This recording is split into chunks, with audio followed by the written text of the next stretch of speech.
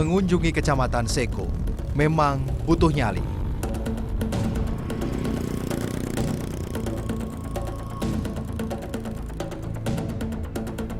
Jalan lumpur siap membenamkan mobil dan motor yang ditumpangi.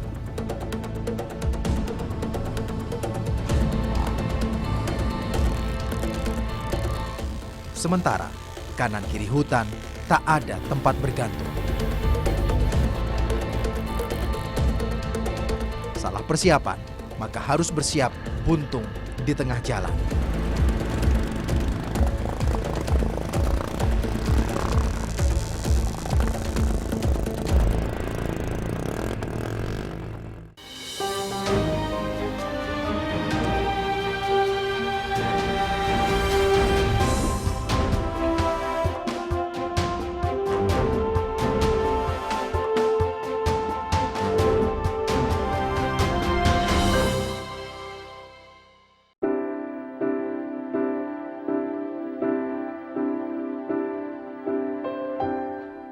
Sejak tahun 1999, Kabupaten Luwu Utara resmi memisahkan diri dari kabupaten induknya, yakni Kabupaten Luwu.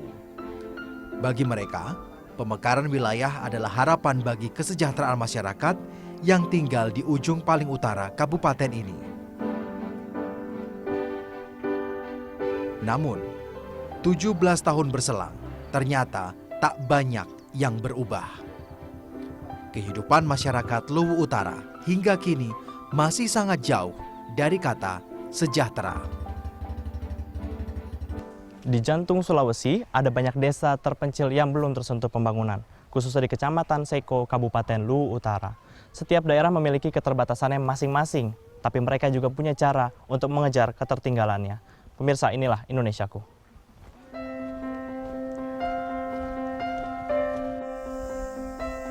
Inilah Desa Tanah Makaleang, desa terujung di Kabupaten Luwu Utara.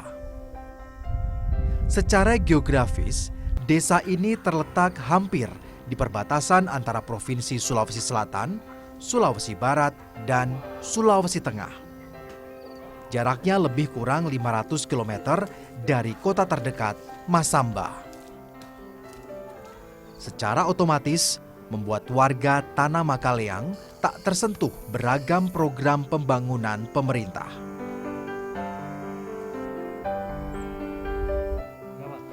Hari ini, kami datang ke Pusat Kesehatan Desa Tanah Makaleang atau biasa mereka sebut sebagai Puskesdes. Saya menemui 2 orang warga perempuan yang membawa serta anak bayi mereka. Sekilas, tak tampak aktivitas di dalam ruangan Puskesdes ini. Saya juga tak melihat adanya petugas yang mencatat administrasi kedatangan pasien. Setelah berbincang dengan warga, barulah saya tahu kalau ternyata para warga pun tengah menunggu kedatangan petugas kesehatan di tempat ini. Puskesdes ini memang tidak memiliki jam operasional. Ini karena petugas tidak sepenuhnya berada di tempat ia bertugas. Warga Tanah Makaleang sepertinya memang tak bisa berharap terlalu banyak terhadap akses kesehatan mereka. Mereka seperti dipaksa menerima keadaan yang penuh keterbatasan. Bu, waktu melahirkan ibu di mana itu? Di Masamba. Melahirkan ini di Masamba. Itu waktu hamil berarti keluar ke Masamba naik apa? Naik ojek. Naik ojek? Baru naik pesawat. Naik ojek ke bandara sini? Iya, ke bandara baru terus itu naik pesawat. Tapi ibu kuat waktu itu? Ya, kuat karena mungkin keadaan tuh jadi kuat sendiri. Tak terasa, sudah 3 jam lamanya. Sementara petugas tak kunjung datang. Lagi-lagi, bagi Herlina dan warga desa lain, mereka hanya bisa pasrah dengan keadaan. Bagi mereka, hal ini sudah merupakan kebiasaan. Kerja apa? Tidak ada di rumah gitu. Itu gimana biasanya kalau warga semua berobat itu? Ya biasa yang di Tunggu-tunggu saja? kios kan biasa jual obat. Hmm. Biasa lari ke sana saja. Beli obat sendiri aja? Iya, beli obat sendiri saja. Hmm. Nah, ada di sini. Obatnya samakah dengan yang di Pustu ini? Ya, obat-obat generik saja yang biasa itu kayak paracetamol, Mm-mm. amoxicillin yang biasa saja.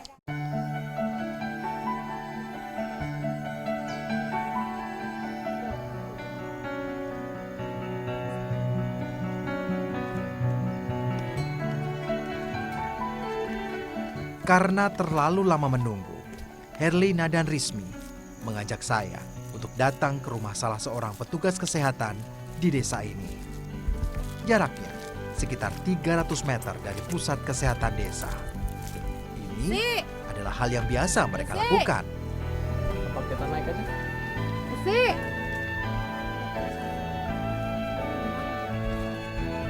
Warga harus menghampiri rumah petugas saat petugas tak kunjung membuka operasional puskesdes bagi warga.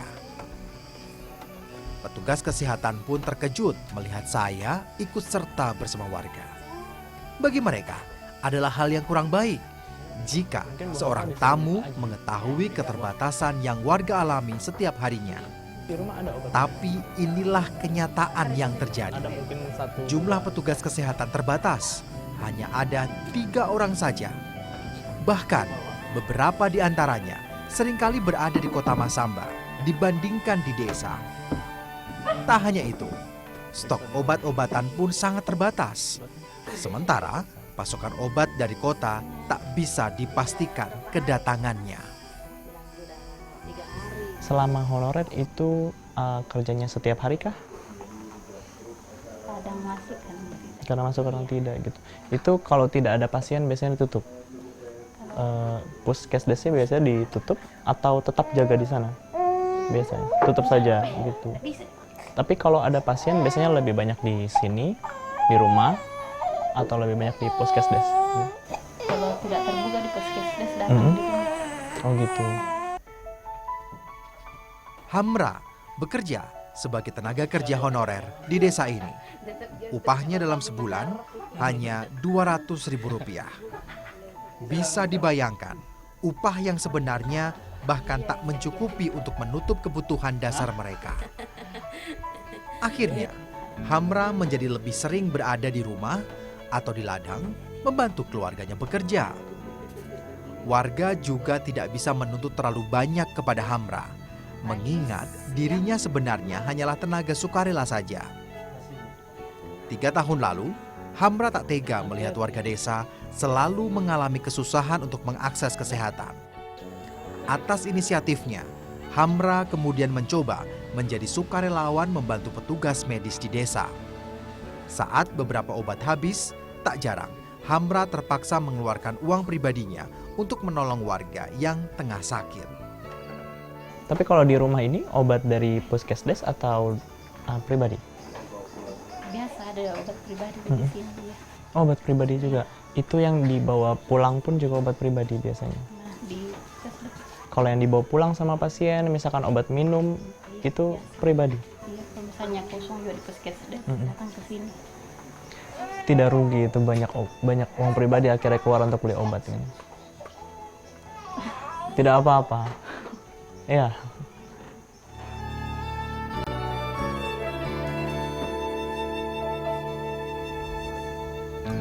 Pemirsa, keterbatasan ini memang terjadi di Kecamatan Seko, khususnya di Desa Tanah Makaleang ini.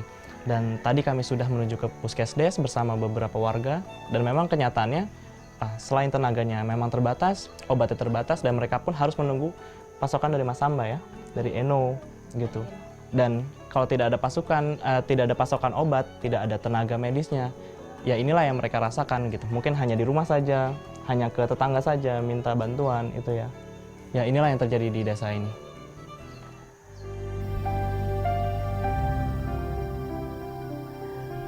Terlalu lama menanti uluran tangan pemerintah yang tak kunjung datang, membuat warga saling bantu-membantu mengurai segala permasalahan yang mereka hadapi.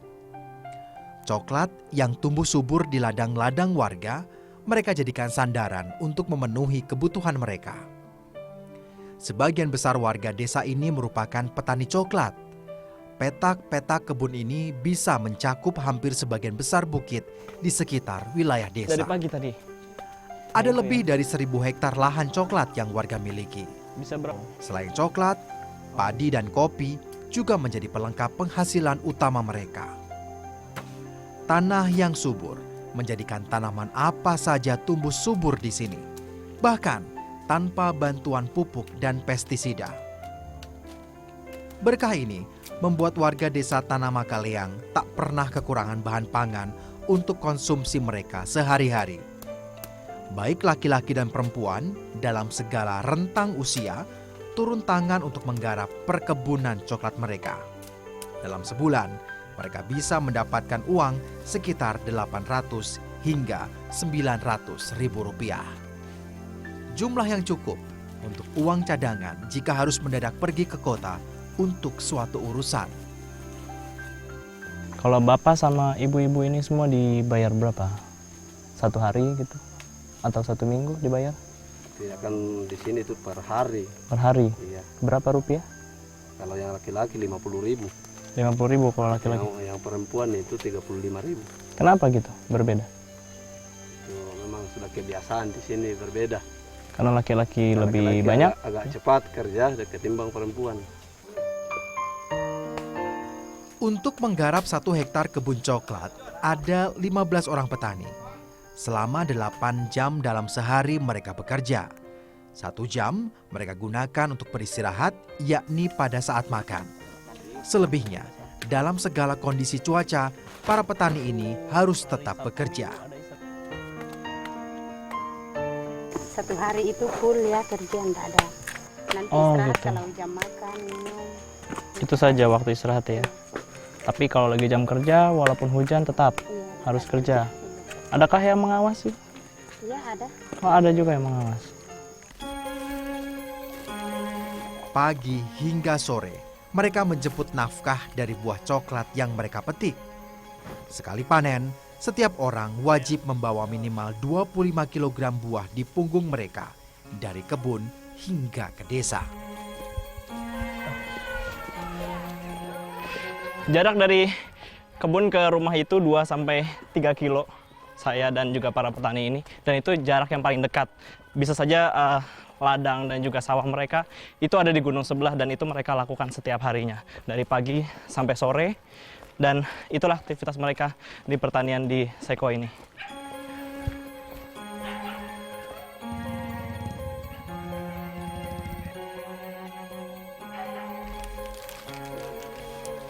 Pak Bulu.